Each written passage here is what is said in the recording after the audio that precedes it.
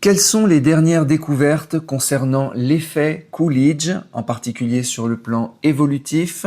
On va s'intéresser à ce sujet aujourd'hui suite à un commentaire de Bruno de Hong Kong, qui m'a écrit un email avec des découvertes qu'il a faites concernant l'effet Coolidge et quelles seraient ses implications sur le plan évolutif, sur le plan de la nature. Pourquoi la nature a mis en nous cet effet Coolidge. Alors si vous ne connaissez pas l'effet Coolidge, c'est quoi exactement? L'effet Coolidge, c'est un phénomène biologique et psychologique observé chez la quasi-totalité des espèces de mammifères, y compris l'humain. Donc c'est un effet qui désigne le renouveau de l'intérêt sexuel lors de l'introduction d'un nouveau partenaire sexuel. Pour faire simple, même si un individu est sexuellement rassasié et fatigué par des rapports répétés avec son ou sa partenaire habituelle, son excitation et ses performances repartent instantanément à la hausse s'il est mis en présence d'un nouveau partenaire. Alors ça concerne quasiment tous les mammifères, y compris les êtres humains, mais évidemment vous l'aurez compris, ça concerne bien plus l'homme que la femme. Et on n'est pas tous égaux face à cet effet Coolidge. J'ai la chance d'avoir un effet Coolidge extrêmement prononcé, extrêmement puissant, puisque dès que j'ai consommé un rapport, pour moi, c'est terminé avec cette femme. Même si cette femme, c'est Miss Univers, ça ne change rien, c'est bel et bien terminé. Alors, il y a aussi des phénomènes de cycle que j'ai pu identifier en moi. On va pas s'intéresser à ça dans cette vidéo, mais j'ai fait une vidéo sur le modèle de désir humain, donc avec la réapparition de ce désir, mais même s'il réapparaît après un certain nombre de jours ou de semaines, pour une femme dédiée en particulier, ça reste que ça s'atténue jusqu'à s'éteindre totalement. Alors, comment fonctionne ce mécanisme de l'effet Coolidge? Un effet Coolidge, si tout le monde, si tous les hommes l'acceptaient, si tous les hommes en étaient conscients, et je pense qu'on a tous ressenti, c'est pas possible de se mettre en couple, de se marier, d'avoir une relation exclusive si on est simplement conscient de cet effet Coolidge.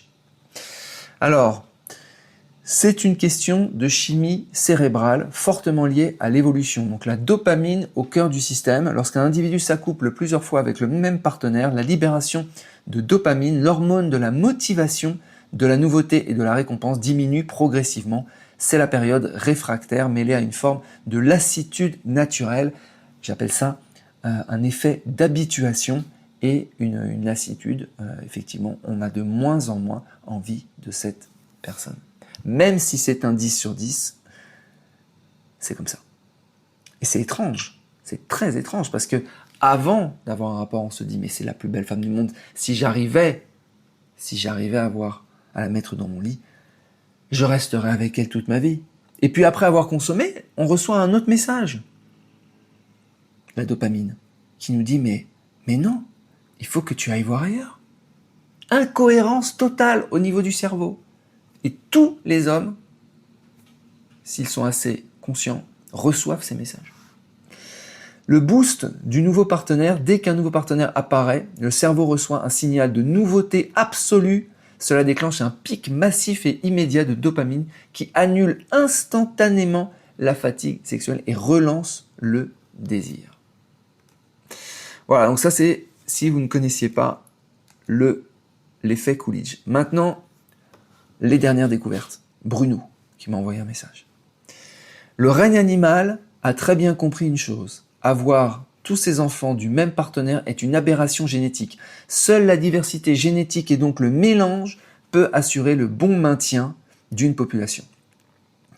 Les femelles choisissent le plus fort du moment, celui qui pourra apporter la meilleure génétique.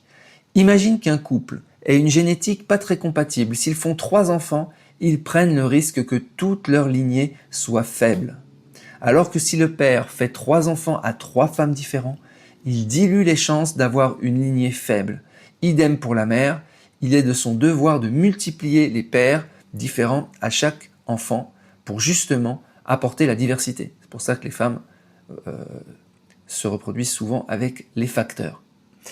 Alors, ok, moi je m'arrête là sur le message de Bruno. Je suis pas convaincu que l'effet Coolidge soit aussi puissant pour les femmes que pour les hommes. Pour moi, c'est une évidence qu'il est des milliers de fois plus puissant pour un homme que pour une femme. Les femmes qui sont pas souvent d'ailleurs très heureuses dans l'abstinence, heureuses avec leur chat, seules, alors que les hommes, c'est pas du tout le cas. Ils sont dans la frustration systématique et dans la chasse perpétuelle. Donc là, vraiment, je vois une très grosse différence. Donc, il va falloir quand même expliquer ça d'un point de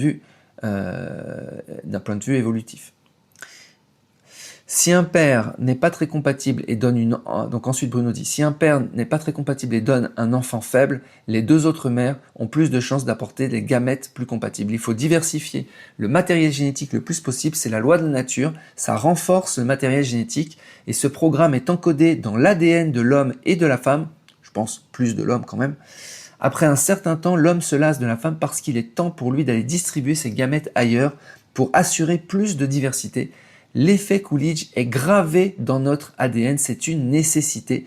Exactement, c'est pas, alors là je suis entièrement d'accord, c'est pas du tout quelque chose de culturel ou lié à l'éducation, pas du tout, c'est vraiment encodé en nous, tous les hommes ressentent cet effet Coolidge. La femme, ensuite dit, la femme n'est pas en reste, il y a un pourcentage effarant d'enfants illégitimes dans les couples où sur 3 enfants, un n'est pas du père officiel. C'est parce que la mère, poussée par le besoin de diversité génétique, va se faire un gosse avec un autre. C'est une nécessité génétique, c'est codé dans notre ADN. Et ensuite il dit, c'est pire que ça, il m'a renvoyé un deuxième mail, c'est pire que ça, si l'homme ne fait pas son devoir de disperser ses gamètes ailleurs, la femme prendra le relais et ira se faire un gosse par un autre. L'effet Coolidge chez la femme est activé dans le cas où l'homme faillit à son devoir de dispersion. Incroyable. C'est la loi de la nature, l'instinct de survie ultime, c'est bien plus fort que toutes les éducations et les morales du monde. Sans le savoir, Marc, tu es un super disperseur de gamètes qui s'ignorent. Tu dois avoir une génétique exceptionnelle, ce qui pousse ton instinct très fort. Donc, plus vous avez un effet Coolidge puissant, et plus en fait, vous êtes un super disperseur de gamètes qui s'ignorent. Vous devez avoir donc une génétique exceptionnelle, selon Bruno de Hong Kong.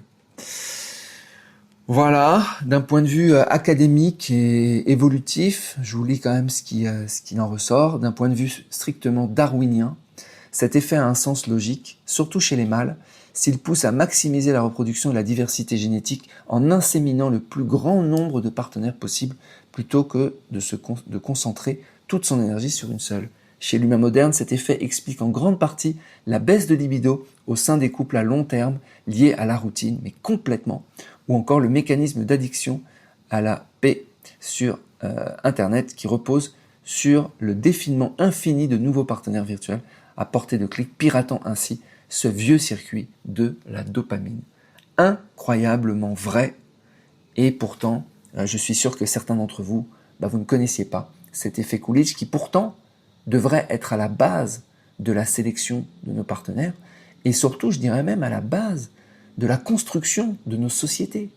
Comment construire une société en mettant en avant le couple monogame, le mariage, tout en sachant qu'il va y avoir un désir qui va être complètement annihilé. Incroyable. Dites-moi ce que vous en pensez, abonnez-vous au podcast audio et venez sur aussi le groupe Telegram pour en discuter au rayon femmes. Je vous souhaite une très bonne journée et je vous dis à bientôt. Ciao.